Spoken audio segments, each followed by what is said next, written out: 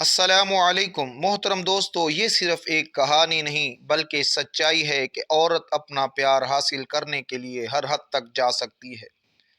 ایک انصاری نوجوان سے ایک انصاری عورت کو محبت ہو گئی۔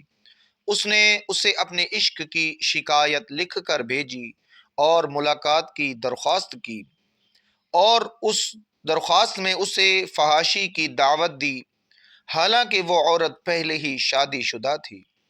نوجوان نے اسے جواب میں لکھا، بے شک حرام وہ راستہ ہے جس پر میں کبھی نہیں چلتا، اور جب تک میں لوگوں میں زندہ ہوں اس پر گزرتا نہیں۔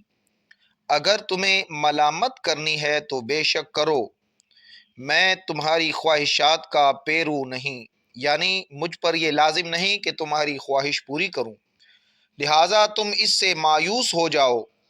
میں تمہارے بارے میں ان لوگوں کی حفاظت کروں گا جو تمہاری عزت کی حفاظت کرتے ہیں، پس جاہل اور وسوسہ میں مبتلا شخص نہ بنو۔ جب اس عورت نے یہ خط پڑھا تو اس نے دوبارہ اس کو خط لکھا اور خط میں کہا کہ اس بات کو چھوڑ دو جس کا تم ذکر کرنے لگے ہو، اور میری حاجت کی طرف آ جاؤ۔ اے سخت دل شخص، تم جو نیک بننے کا دعویٰ کر رہے ہو اس دعوے کو چھوڑ دو۔ میں ایسی نہیں ہوں جو اس سے باز آ جاؤں، اور جو کچھ تم نے ظاہر کیا ہے وہ میرے دل میں داخل نہیں ہو سکتا۔ نوجوان نے یہ معاملہ اپنے ایک دوست کو بتایا۔ اس نے مشورہ دیا کہ اگر تم اپنے گھر والوں میں سے کسی کو اس کے پاس بھیجو جو اسے نصیحت کرے اور ڈانٹے تو امید ہے وہ باز آ جائے گی۔ نوجوان نے اپنے اس دوست کی بات سن کر اس کو جواب دیا کہ اللہ کی قسم میں ایسا ہرگز نہیں کروں گا، اور نہ ہی دنیا میں اپنی رسوائی کا سبب بنوں گا۔ دنیا کی رسوائی آخرت کی آگ سے بہتر ہے۔ پھر اس نے کہا، دنیا کی مدت میں آنے والی رسوائی اور اس کی قلت ختم ہو جاتی ہے، مگر وہ چیز باقی رہتی ہے جو رسوائی کے سبب مجھے تکلیف دیتی ہے۔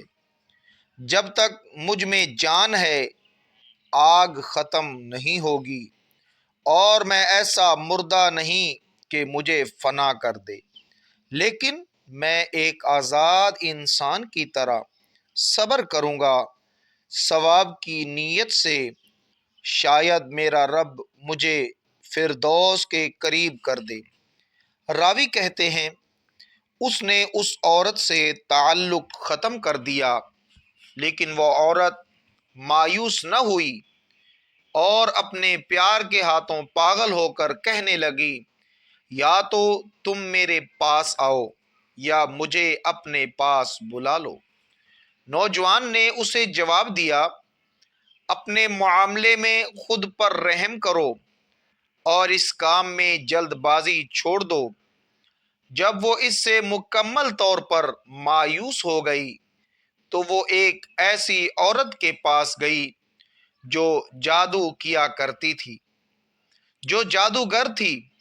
اس نے اس سے اس نوجوان کے دل میں ابھار پیدا کرنے کے بدلے میں بہت کچھ دیا۔ چنانچہ اس جادوگرنی نے اس پر عمل کیا۔ ایک رات جب وہ اپنے والد کے ساتھ بیٹھا ہوا تھا، اچانک اس عورت کو خیال اس کے دل میں آیا، اور اس پر ایک ایسی کیفیت طاری ہوئی جو اس نے اس سے پہلے کبھی محسوس نہیں کی تھی اور نہ کبھی دیکھی تھی۔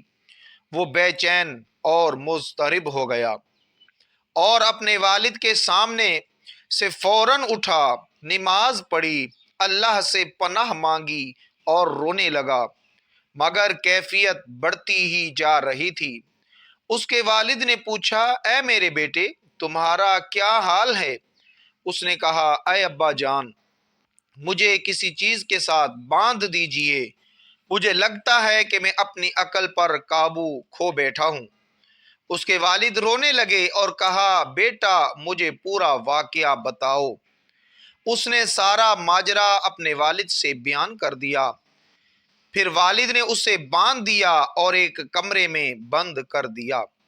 وہ نوجوان تڑپتا رہا، بلبتا رہا اور کسی بیل کی طرح بلبلاتا رہا، اور کچھ دیر کے بعد وہ خاموش ہو گیا۔ جب دیکھا گیا تو وہ وفات پا چکا تھا اور اس کی ناک سے خون بہہ رہا تھا۔